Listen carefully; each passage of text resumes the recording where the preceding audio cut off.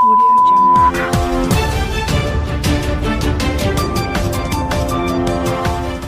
नमस्कार, ये रेडियो वर्षा है। अब आप पल्लव से वर्षा टाइम्स सुनिए।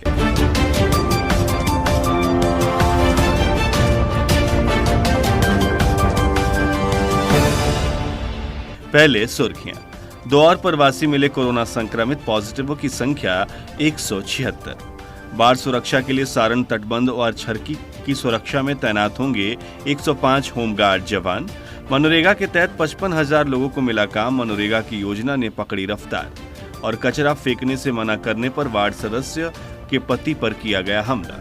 अब वर्षा टाइम्स विस्तार से। अनलॉक 1 में होम क्वारंटीन में रह रहे लोगों तक भी कोरोना का संक्रमण पहुंच गया है। बुधवार को हथुआ प्रखंड में एक पुरुष व सिधवलिया प्रखंड में एक महिला कोरोना से संक्रमित मिली महिला के पति की भी रिपोर्ट पॉजिटिव मिली थी। नए संक्रमितों के मिलने के बाद जिले में संक्रमित लोगों का आंकड़ा बढ़कर 176 पहुंच गया है। लेकिन राहत की बात यह है कि इस बीच 123 संक्रमित लोग ठीक होकर अपने घर लौट चुके हैं। इसके बावजूद जिले में अभी भी कुल एक्टिव केसेस की संख्या 53 है। बुधवार को संक्रमित मिले दोनों लोगों को होम क्वारंटीन से हटाकर आइसोलेशन वार्ड में शिफ्ट कर दिया गया है। जानकारी के अनुसार 2 जून के बाद घर लौटने वाले तमाम प्रवासियों को होम क्वारंटीन में रखा गया है। इस बीच चिकित्सक होम क्वारंटीन में पहुंचकर उनकी जांच पड़ताल भी कर रहे हैं। 13 जून को बैकुंठपुर, सिधवलिया व हथुआ प्रखंड के 38 लोगों में कोरोना का लक्षण उभर कर सामने आने के बाद उनका सैंपल प्राप्त किया गया। इन लोगों की सैंपल जांच रिपोर्ट आने के बाद 36 लोगों की रिपोर्ट नेगेटिव निकली, जबकि 2 लोगों का रिपोर्ट पॉजिटिव आया है।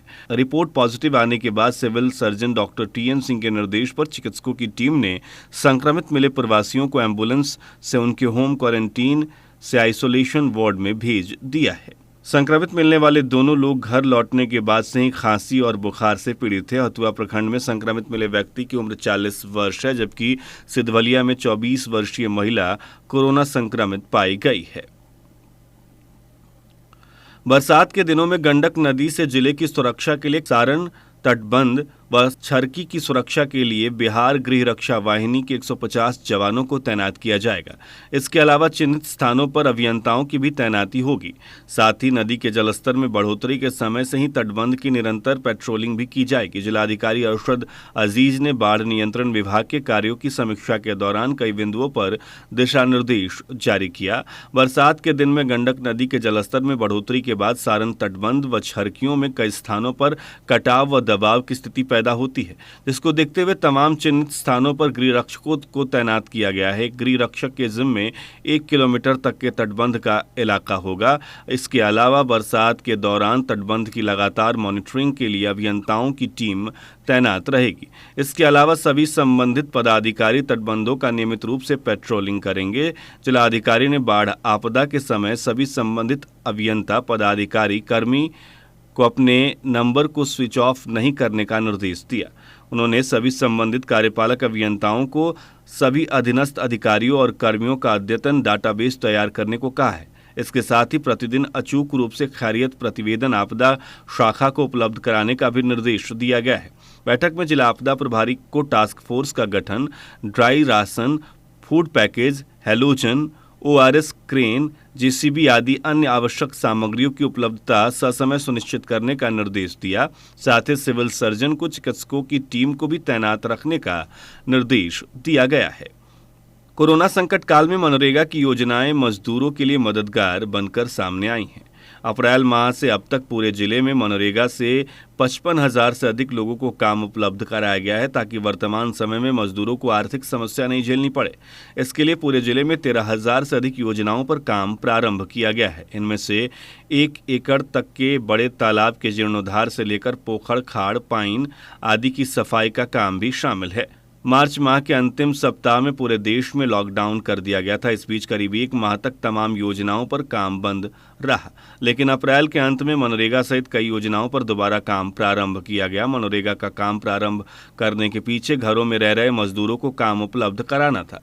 इस बीच दूसरे प्रांत में काम करने वाले प्रवासी भी मई माह में लौटकर अपने गांव पहुंचने लगे, जिसे देखते हुए जिले के सभी 14 प्रखंडों में एक साथ मनरेगा के तहत योजनाएं प्रारंभ की गईं। इन योजनाओं में 1 एकड़ से पूर्व से चिन्हित तालाबों के जीर्णोद्धार का कार्य सबसे महत्वपूर्ण रहा। इस काम में सबसे अधिक मजदूरों को लगाया गया। कार्य के दौरान विभागीय स्तर पर शारीरिक दूरी का अनुपालन करने के साथ ही उन्हें मास्क की भी उपलब्धता कराई गई ताकि मजदूरों में कोरोना संक्रमण का भय न रहे।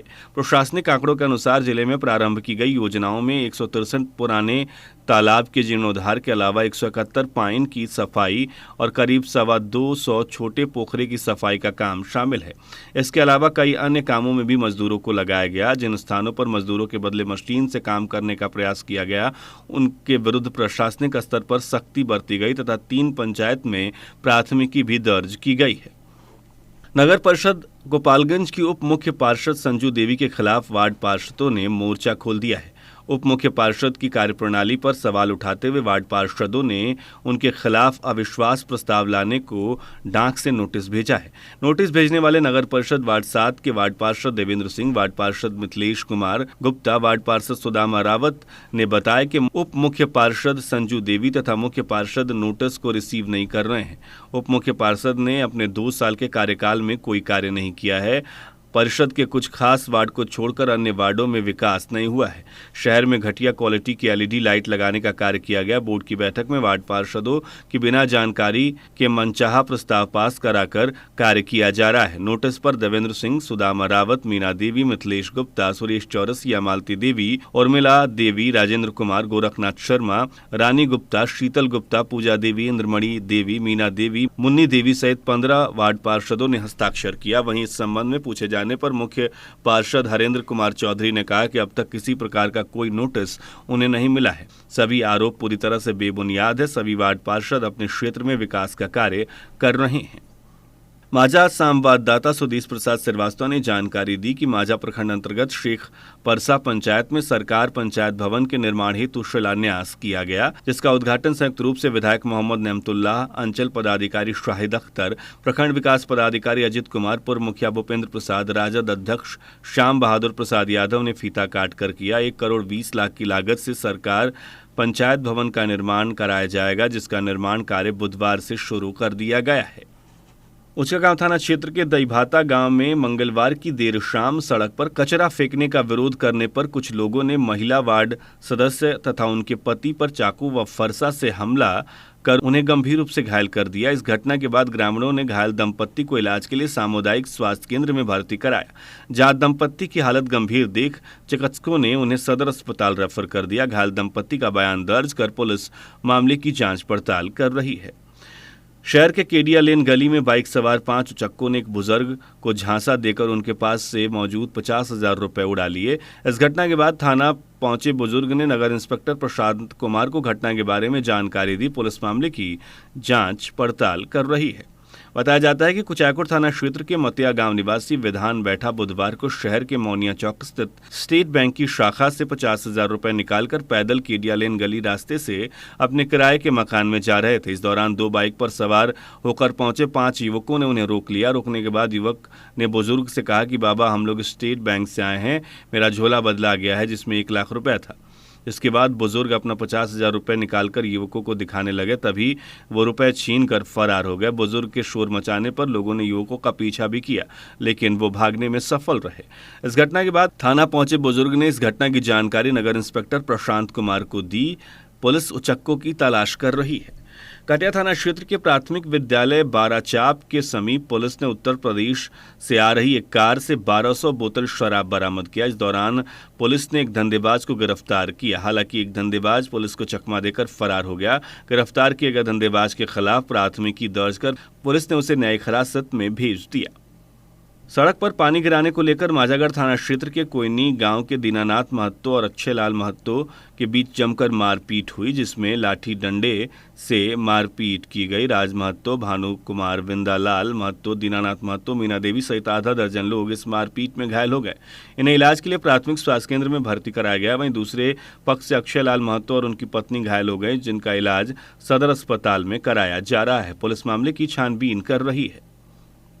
माझागढ़ पुलिस ने अंतर्राष्ट्रीय 2 मूर्ति तस्करों को गिरफ्तार कर बड़ी कामयाबी हासिल की है। करीब 1 करोड़ की मूर्ति सप्लाई करने जा रहे तस्करों की गिरफ्तारी की गई है।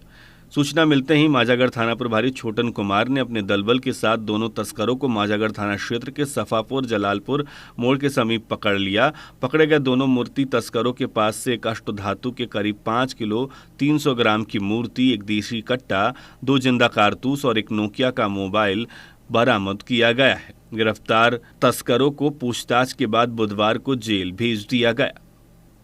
विश्वंभरपुर पुलिस ने बाइक और शराब के साथ एक धंधेबाज को गिरफ्तार किया। थानाध्यक्ष अशोक कुमार ने बताया कि सिसवा तिरमुहानी के पास वाहन जांच के क्रम में बाइक से 135 बोतल देसी शराब बरामद किया गया। गिरफ्तार धंधेबाज नगर थाने के भितविरवा गांव का बताया जा रहा है। अब अंत में सुर्खियां एक बार फिर। 2 और प्रवासी मिले कोरोना संक्रमित, पॉजिटिवों की संख्या 176। बाढ़ सुरक्षा के लिए सारण, तटबंध व छरकी की सुरक्षा में तैनात होंगे 105 होमगार्ड जवान। मनरेगा के तहत 55,000 लोगों को मिला काम। मनरेगा की योजनाओं ने पकड़ी रफ्तार और कचरा फेंकने से मना करने पर वार्ड सदस्य व पति पर किया गया हमला। इसके साथ ही वर्षा टाइम्स का ये अंक समाप्त हुआ। नमस्कार।